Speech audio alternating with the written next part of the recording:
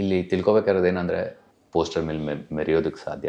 ಹೌದು ಮೆರೆಯೋದು ಅನ್ನೋ ವರ್ಡು ಸರಿನೋ ತಪ್ಪೋ ನಂಗೆ ಗೊತ್ತಿಲ್ಲ. ಪೆಪೆ ಮೂವಿ ಇದೆ. ಸೊ ನಾವು ಯಾವತ್ತೂ ಹೆಸಿಟೇಟ್ ಮಾಡ್ಕೊಳ್ಳಲ್ಲ. ಈಗಾಗಲೇ 2 ಸಿನಿಮಾ ದೊಡ್ಡ ಹಿಟ್ ಆಗಿದೆ, ಹೌಸ್ಫುಲ್ ಹೊಡ್ತಾ ಇದೆ. ಈಗ ನಮ್ಮ ಸಿನಿಮಾ ಪ್ರಮೋಷನ್ ನಡೀತಾ ಇದೆ. ಬಟ್ ನಾನು ಪ್ರೌಡಾಗಿ ಪೆಪೆ ಫಿಲ್ಮ್ ಪ್ರಮೋಟ್ ಮಾಡ್ತೀನಿ. ಇವತ್ತು ನೀವು ಮಾಡಿರೋದು ನಾಳೆ ನಿಮಗೆ ನಾನು ಅದು ಮಾಡಬಾರ್ದಾಗಿತ್ತು ಅಂತ ಅನ್ಸುತ್ತೆ. ಯಾಕೆಂದರೆ ವಿನಯ್ ರಾಜ್ಕುಮಾರ್ ನಾವು ಎಲ್ಲ ಇವಾಗ ಬರ್ತಾರೆ. Reason aggression on field and off the field. So ಇವರಿಬ್ಬರ ಹತ್ರನೂ ಪರ್ಫಾರ್ಮ್ ಮಾಡೋದಿದೆಯಲ್ಲ. So both are like very talented actors. ಅವಳನ್ನ ಸ್ಮೈಲ್ ಮಾಡ್ಸೋಕ್ಕೆ ನನಗಿದ್ದಿದ್ದ ಎಕ್ಸೈಟ್ಮೆಂಟ್ ನಿಮ್ಮ ಬಗ್ಗೆ ಯಾಕೆ ತೋರ್ಸೋಕ್ಕಾಗ್ತಿಲ್ಲ ಅನ್ನೋದು ಕಾಡ್ತಾ ಇತ್ತು. ಪಂಚತಂತ್ರ ಮತ್ತು 4 kg ಪ್ರೀತಿ ಮಾಡಿದ್ದೆ. ಸೊ 4 kg ಪ್ರೀತಿಯಿಂದ ಪಂಚತಂತ್ರಕ್ಕೆ 2 ವರ್ಷ ಬ್ರೇಕ್ ತೊಗೊಂಡಿದ್ದೆ ನಾನು. ಆ ನೆನಪೇ ವಾಪಸ್ ಬರುತ್ತೆ ಅಂತ ನಿಮಗೆ ಅನ್ಸಿದ್ರೆ? ರಕ್ಷಿ ಶೆಟ್ಟಿ ಫ್ಯಾನ್ಸ್ಗೋಸ್ಕರ ಎಷ್ಟು ಜನ ನೀವು ಮೆಸೇಜ್ ಮಾಡ್ತಿದ್ರಿ, ಮೇಲ್ ಮಾಡ್ತಾಯಿದ್ರಿ. ಸೊ ನಿಮಗಂತೂ ಈ ವಿಜುವಲ್ ಟ್ರೀಟ್ಮೆಂಟ್, ಈ ಸಿನಿಮಾನೇ ಒಂದು ದೊಡ್ಡ ಫೆಸ್ಟಿವಲ್ ನಿಮಗೆ.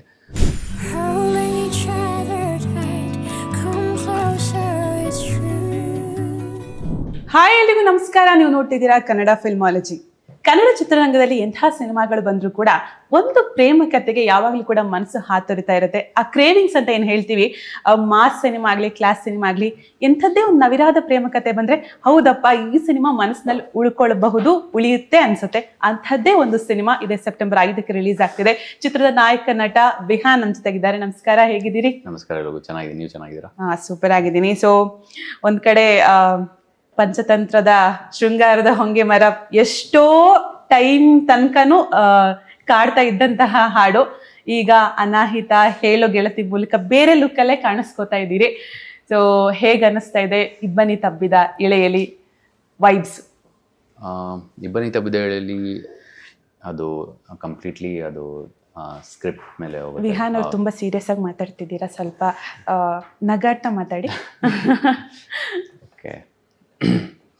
ಸೊ ಇಬ್ಬನಿ ತಬ್ಬಿದ ಇಳೆಯಲಿ ಮೂವಿಯಲ್ಲಿ ಇದು ರೈಟರಿಗೆ ಕೊಟ್ಟಿರೋ ಪ್ರಾಮುಖ್ಯತೆ ಮೂವಿ ಇದು. ಇದನ್ನು ಮೂವಿ ಮಾಡಬೇಕಂತ, ಈ ಮೂವಿನ ಮಾಡಲೇಬೇಕಂತ ಮಾಡಿದ ಸಿನಿಮಾ. ಸೊ ಏನು ಕ್ವಶನ್ ಅಂದರೆ ಮತ್ತೆ? ಓಕೆ, ನನ್ಗೆ ಇವಾಗ ಅರ್ಥ ಆಯ್ತು. ಸೊ ಇದರಲ್ಲಿ ಆಂಗ್ರಿ ಯಂಗ್ ಮ್ಯಾನ್ ಅಲ್ವಾ, ಇವ್ರಿಗೆ ಹೇಳ್ಬಿಟ್ಟಿದ್ದಾರೆ ನೀವು ಏನೇ ಮಾತಾಡಿದ್ರು ತುಂಬಾ ಸೀರಿಯಸ್ ಆಗಿ ಮಾತಾಡ್ಬೇಕಂತ. ಹೌದಾ? ಇಲ್ವಾ? ಓಕೆ. ಸೊ ವೈಬ್ಸ್ ಹೇಗಿದೆ ಅಂತ? ಇಬ್ಬನಿ ತಬ್ಬಿದ ಇಳೆಯಲಿ ಅಂತ ಹೇಳಿದ್ರೆ ಎಲ್ಲ ಕಡೆ ಒಂದ್ ಸ್ವಲ್ಪ ಟಾಕ್ಸ್ ಜೋರಾಗಿದೆ. ಸೊ ಇಬ್ರು ಹೀರೋಯಿನ್ಸ್ ಬೇರೆ ಇದ್ದಾರೆ. ಸೊ ಹೇಗೆ ಅನಿಸ್ತಾ ಇದೆ ವೈಬ್ಸ್ ಅಂತ? ವೈಬ್ಸ್ ತುಂಬ ಪಾಸಿಟಿವ್ ಆಗಿದೆ. ಜನಗಳಾಗಲೇ ತುಂಬ ಇಷ್ಟಪಟ್ಟಿದ್ದಾರೆ. ಮೇಲಾಗಿ ರಕ್ಷಿ ಶೆಟ್ಟಿ ಅವ್ರ ಫ್ಯಾನ್ಸ್ ಅವರು ಕಾಯ್ತಿದ್ದ ಸಿನಿಮಾ. ಓಕೆ.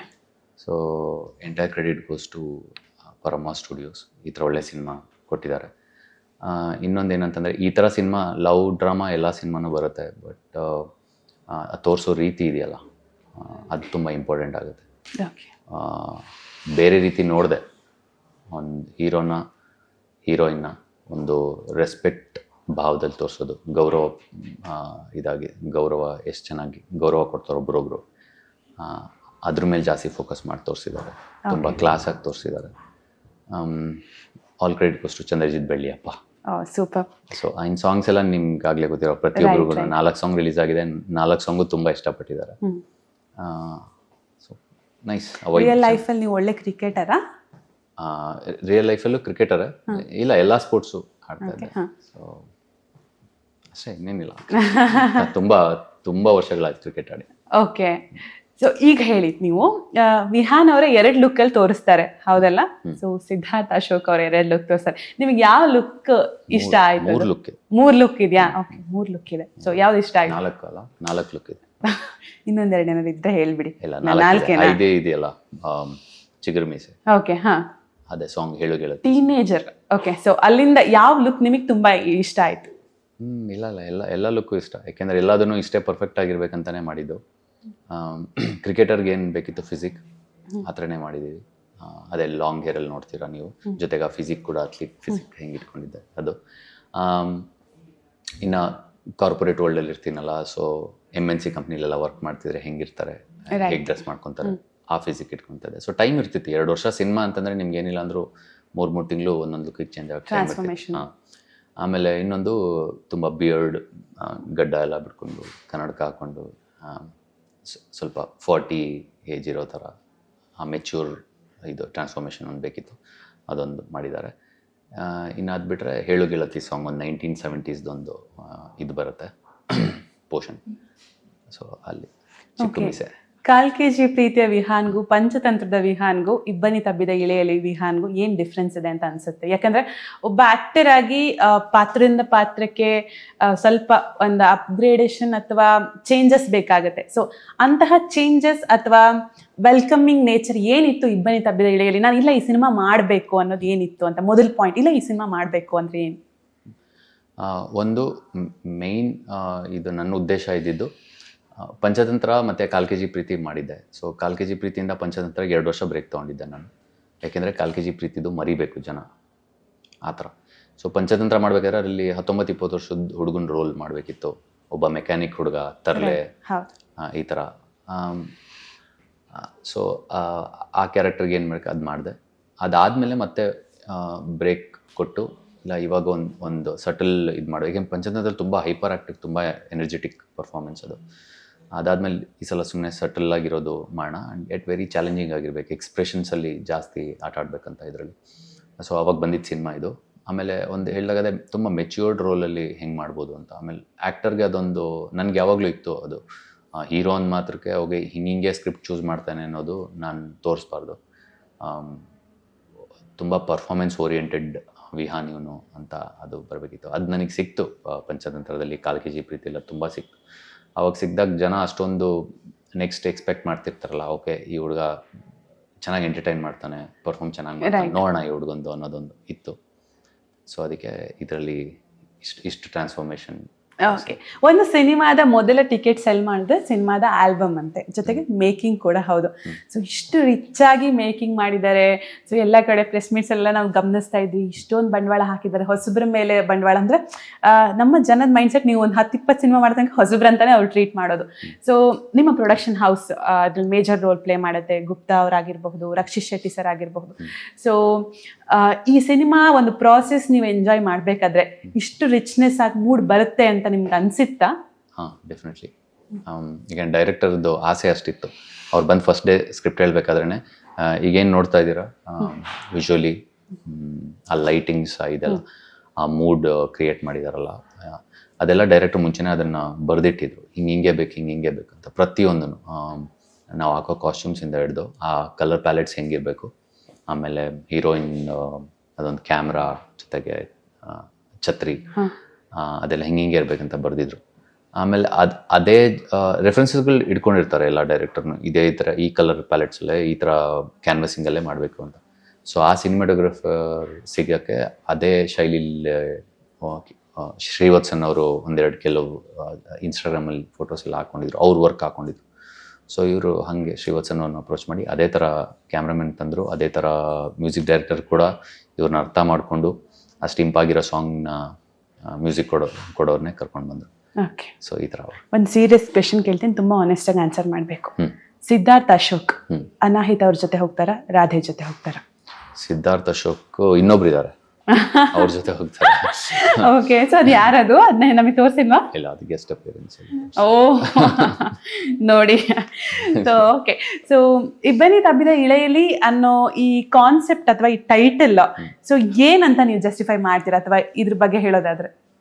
ಈ ಟೈಟಲ್, ಸೊ ಇಬ್ಬನಿ ತಬ್ಬಿದ ಇಳೆಯಲಿ ಅಂತ ಅಂದರೆ ಅದನ್ನು ಸಿನಿಮಾಗೆ ಅಳವಡಿಸ್ಕೊಂಡು ಹೇಳೋದಾದರೆ ಎಂಟೈರ್ ಕಥೆ ಇದು. ಎಲ್ಲ ಪ್ರತಿಯೊಂದು ಕ್ಯಾರೆಕ್ಟರ್ಗಳದ್ದು ಭಾವನೆಗಳೇನಿದೆ ಅದು ಇಬ್ಬನಿ. ಓಕೆ, ಅದು ತಬ್ಬಿರೋ ಇಳೆಯಲಿ ಅಂತ ಅಂದರೆ ಎಲ್ಲರದ್ದು ಆ ಸೀಸನಲ್ ವೈಸ್ ಇರೋ ಭಾವನೆಗಳು. ಇವಾಗ ನೀವು ಇವತ್ತೇನು ಮಾತಾಡ್ತಿದ್ದೀರಾ, ಅದು 5 ವರ್ಷ ಆದಮೇಲೆ ನಿಮಗೆ ಅದೊಂದು ಬೇರೆ ಲೆವೆಲ್ ಮೆಚುರಿಟಿ ಬಂದಿರುತ್ತೆ. ರೈಟ್. ನೀವಾಗ ಮಾತಾಡೋಕ್ಕಾಗದೇ ಇರ್ಬೋದು. ಹಾಗೆ ಇವಾಗ ನಾವೇನು 15-16 ಇಯರ್ಸಲ್ಲಿದ್ವಿ, ಏನೇನು ಇಮ್ಮೆಚೂರ್ ಆಗಿ ಮಾತಾಡ್ತಿದ್ವಿ ಅಥವಾ ಇಮ್ಮೆಚೂರ್ ಆಗಿ ಬಿಹೇವ್ ಮಾಡ್ತಿದ್ವಿ, ಅದೊಂದು ಎವ್ರಿ 5 years ಅದು ನಿಮ್ಗೆ ಗೊತ್ತಾಗುತ್ತೆ, ಎವಲ್ಯೂಷನ್ ಆಗುತ್ತೆ. That ಮೆಟಮಾರ್ಫಸಿಸ್ stage. ಸೊ ಅದು ಇಬ್ಬನಿ ತಬ್ಬಿದ ಇಳೆಯಲಿ. ಸೊ ಆ ಸೀಸನಲ್ ಇದು, ಆ ಭಾವನೆಗಳು ಪ್ರತಿಯೊಂದು ಸೀಸನಲ್ಲೂ ಹೆಂಗೆ ಚೇಂಜ್ ಆಗ್ತಾ ಹೋಗುತ್ತೆ. ಆಮೇಲೆ ಮನುಷ್ಯ ಹೆಂಗೆ ಎಕ್ಸ್ಪ್ರೆಸ್ ಮಾಡ್ತಾನೆ ಆ ಮೆಟಮಾರ್ಫಸಿಸ್ ಸ್ಟೇಜಲ್ಲಿ ಹಂತವಾಗಿ. ಆಮೇಲೆ ರಿಗ್ರೆಟ್ಸ್ ಏನೇನಿರುತ್ತೆ, ಅದು ಇವತ್ತು ನೀವು ಮಾಡಿರೋದು ನಾಳೆ ನಿಮಗೆ ನಾನು ಅದು ಮಾಡಬಾರ್ದಾಗಿತ್ತು ಅಂತ ಅನ್ಸುತ್ತೆ. ರೈಟ್. ಆ ಮೆಚ್ಯೂರಿಟಿ ಬರುತ್ತೆ. ಸೊ ಇಬ್ಬನಿ ತಬ್ಬಿದ ಎಳೆಯಲ್ಲಿ ಅಂದರೆ ಆ ಸೀಸನಲ್ ಭಾವನೆಗಳ ಸೀಸನ್ ಅದು.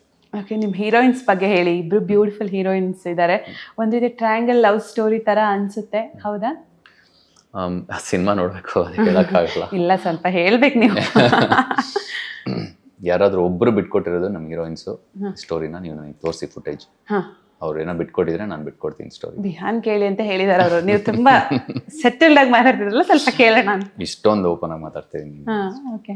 ಸೊ ಅವ್ರ ಜೊತೆ ಹೀರೋಯಿನ್ ಜೊತೆ ಅಂಕಿತಾ ಅಮರ್ ಮತ್ತು ಮಯೂರಿ ನಟರಾಜ್ ಇಬ್ಬರು ಇದಾರಲ್ಲ. ಸೊ ಅಂಕಿತಾ ಅಮರ್ ನಿಮ್ಗಾಗಲೇ ಗೊತ್ತು, ಅವ್ರಾಗಲೇ ಟಿ ವಿ ಸೀರಿಯಲ್ ಎಲ್ಲ ಪ್ರೂವ್ ಮಾಡ್ಕೊಂಡಿದ್ರು. ಇನ್ನು ಮಯೂರಿ ನಟರಾಜ್ ಅವ್ರು ಬಂದು ಹೊಯ್ಸಳದಲ್ಲಿ, ಆಮೇಲೆ CTR ಮಲ್ಲೇಶ್ವರಂ ಕೆಫೆದೊಂದು ಆ್ಯಡ್ ಮಾಡಿದ್ರು. ಸೊ ಹೊಯ್ಸಳದು ತುಂಬ ಎಲ್ಲ ಕಡೆ ಎಲ್ಲ ಜನ ಮಾತಾಡಿದರು, ಈ ಥರ ಮಯೂರಿ ಅಂತ ಒಬ್ಬರು ಬಂದಿದ್ದಾರೆ, ತುಂಬ ಚೆನ್ನಾಗಿ ಆ್ಯಕ್ಟ್ ಮಾಡ್ತಾರೆ ಅಂತ. ಅವ್ರ ಪ್ರೆಸೆನ್ಸ್ ತುಂಬ ಅವ್ರ ಆರಾ ಕಾಣಿಸುತ್ತೆ ನಿಮಗೆ ಆ ಪರ್ಫಾರ್ಮೆನ್ಸ್ ಮಾಡಿ ರಾಧೆ ಸಾಂಗಲ್ಲಿ. ಸೊ ಇವರಿಬ್ಬರ ಹತ್ರನೂ ಪರ್ಫಾರ್ಮ್ ಮಾಡೋದಿದೆಯಲ್ಲ. So both are like very talented actors. So ಇವ್ರ ಹತ್ರ ಏನು ಪರ್ಫಾರ್ಮ್ ಮಾಡ್ತೀನಿ, ನಾನು ಮಾಡೋ ರಿಯಾಕ್ಷನ್ಸ್, ನಾನು ಕೊಡೋ ಎಕ್ಸ್ಪ್ರೆಷನ್ಸ್ ಮತ್ತು ಇದು ಎಲ್ಲ ಇವರಿಬ್ಬರನ್ನ ಎಲಿವೇಟ್ ಮಾಡ್ಬೇಕು. ಇವರಿಬ್ಬರು ಏನಂತಾರೆ, ಇವರಿಬ್ಬರು ಕ್ಯಾರೆಕ್ಟರ್ಸ್ನ, ರಾಧೆ ಅನ್ನೋ ಕ್ಯಾರೆಕ್ಟರ್ಸ್ನ ಮತ್ತು ಅನಾಹಿತ ಅನ್ನೋ ಕ್ಯಾರೆಕ್ಟರ್ಸ್ನ. ಸೊ ಅದನ್ನು ಮಾಡೋ ಪ್ರಯತ್ನ ಮಾಡಿದ್ದೀನಿ ನಾನು. ಸೊ ಈ ಕೋಸ್ಟಾರ್ಸು ನಿಮ್ಗೆ ಅಷ್ಟೇ ಟ್ಯಾಲೆಂಟೆಡ್ ಕೋಸ್ಟಾರ್ಸ್ ಇದ್ದರೆ ಆವಾಗ ನಮ್ಗಳು ಇನ್ನೂ ಚಾಲೆಂಜಿಂಗ್ ಆಗಿರುತ್ತೆ, ಇನ್ನೂ ಖುಷಿ ಆಗುತ್ತೆ ಆ ಥರ ಪರ್ಫಾರ್ಮೆನ್ಸ್ಗಳು ಮಾಡೋಕ್ಕೆ, ಆ ಥರ ರಿಯಾಕ್ಷನ್ಸ್ ಕೊಡೋದಕ್ಕೆ, ಎಕ್ಸ್ಪ್ರೆಷನ್ಸ್ಗಳು ಕೊಡೋದಕ್ಕೆ. ಸೊ ನಿಮಗೆ ಗೊತ್ತು, ಈಗ ಸ್ವಲ್ಪ ಕನ್ನಡ ಚಿತ್ರರಂಗದಲ್ಲಿ ಎಲ್ಲ ಹೌಸ್ಫುಲ್ ಶೋಸ್ ಬರ್ತಾ ಇದೆ. ಸೊ ಈ ಒಂದು ಟೈಮಲ್ಲೇ ಸೆಪ್ಟೆಂಬರ್ 5th ತಾವು ಬರ್ತಿದ್ದೀರಿ. ಸೊ ಎಷ್ಟು ಎಕ್ಸೈಟ್ಮೆಂಟ್, ಎಷ್ಟು ಭಯ ಇದೆ? ಇಲ್ಲ, ಭಯ ಇಲ್ಲ. ತುಂಬ ಖುಷಿ ಆಗುತ್ತೆ ಇವಾಗೆಲ್ಲ ಹೌಸ್ಫುಲ್ ಎಲ್ಲದು ಗೊತ್ತಲ್ಲ. ನಿಜವಲ್ಲೂ ಇವಾಗ ಪೆಪೆ ಮೂವಿ ಇದೆ. ಸೊ ಯಾವತ್ತೂ ನಾವು ಹೆಸಿಟೇಟ್ ಮಾಡ್ಕೊಳ್ಳಲ್ಲ. ಈಗ ನಮ್ಮ ಸಿನಿಮಾ ಪ್ರಮೋಷನ್ ನಡೀತಾ ಇದೆ, ಬಟ್ ನಾನು ಪ್ರೌಡಾಗಿ ಪೆಪೆ ಫಿಲ್ಮ್ ಪ್ರಮೋಟ್ ಮಾಡ್ತೀನಿ. ನಮ್ಮ ಶ್ರೀಲೇಶ್ ಅವ್ರದ್ದು, ವಿನಯ್ ರಾಜ್ಕುಮಾರ್ ಅವ್ರದ್ದು. ನಾನು ಅವ್ರಿಗೆ ಫೋನು ಕೂಡ ಮಾಡಿದೆ. ಸೊ ಇಲ್ಲಿ ತಿಳ್ಕೊಬೇಕಾಗಿರೋದು ಏನಂದರೆ, ಈಗಾಗಲೇ 2 ಸಿನಿಮಾ ದೊಡ್ಡ ಹಿಟ್ ಆಗಿದೆ, ಹೌಸ್ಫುಲ್ ಹೊಡ್ತಾ ಇದೆ.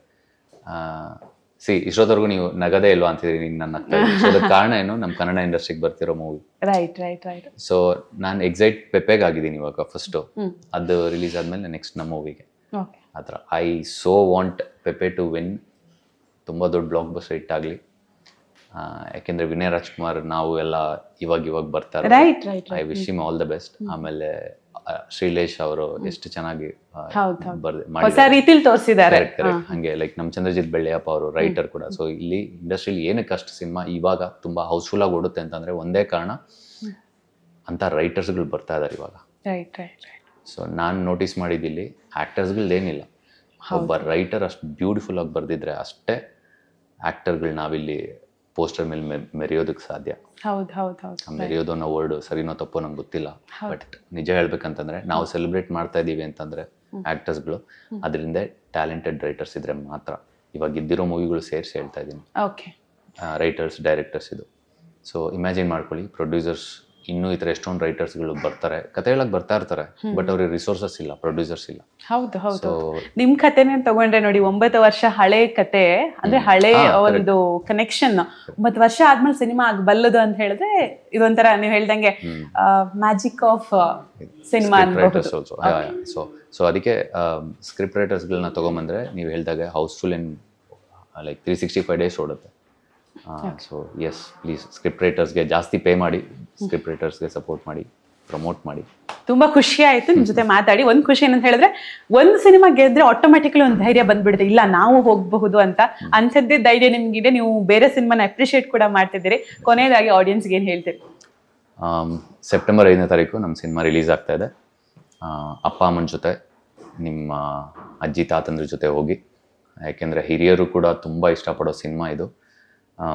ಅವ್ರ ಭಾವನೆಗಳನ್ನ ಕೂಡ ಟಚ್ ಮಾಡಿದ್ದಾರೆ ನಮ್ಮ ಚಂದ್ರಜಿತ್ ಬೆಳ್ಳಿಯಪ್ಪ ಅವರು. ಆಮೇಲೆ ರಕ್ಷಿ ಶೆಟ್ಟಿ ಫ್ಯಾನ್ಸ್ಗೋಸ್ಕರ ಎಷ್ಟು ಜನ ನೀವು ಮೆಸೇಜ್ ಮಾಡ್ತಿದ್ರಿ, ಮೇಲ್ ಮಾಡ್ತಾಯಿದ್ರಿ. ಸೊ ನಿಮಗಂತೂ ಈ ವಿಜುವಲ್ ಟ್ರೀಟ್ಮೆಂಟ್, ಈ ಸಿನಿಮಾನೇ ಒಂದು ದೊಡ್ಡ ಫೆಸ್ಟಿವಲ್ ನಿಮಗೆ. ಸೊ ನೋಡಿ, ಹಾಗೆ ನಮ್ಮದು 3 ಜನದ ಪರ್ಫಾರ್ಮೆನ್ಸ್ ನೋಡಿ ಇಷ್ಟ ಆದರೆ ಸಪೋರ್ಟ್ ಮಾಡಿ. ಸಪೋರ್ಟ್ ಮಾಡಿ. Thank you so much. ನೋಡ್ತಿದ್ರಲ್ಲ ವೀಕ್ಷಕರೇ, ನಾನು ಎಲ್ಲೋ ಕಾಮೆಂಟಲ್ಲಿ ಓದ್ತಾ ಇದ್ದೆ, ಕಾಲೇಜ್ ಬಂಕ್ ಮಾಡಿ ಸಿನಿಮಾ ಹೋಗಬೇಕು ಅನ್ನೋ ರೀತಿ ಸಿನಿಮಾ ಯಾವುದಾದ್ರೂ ಬರಬೇಕು ಅಂದರೆ ಇಬ್ಬನಿ ತಬ್ಬಿದ ಎಳಿ ಅಂತ ಯಾರೋ ಕಮೆಂಟ್ ಮಾಡಿದ್ರು. ಸೊ ಅಂಥದ್ದೇ ಸಿನಿಮಾ, ಅದೇ ಸಿನಿಮಾ September 5th ರಿಲೀಸ್ ಆಗ್ತಿದೆ. ಥಿಯೇಟರ್ಗೆ ಹೋಗಿ ಸಿನಿಮಾ ನೋಡಿ. Thank you so much. Thank you.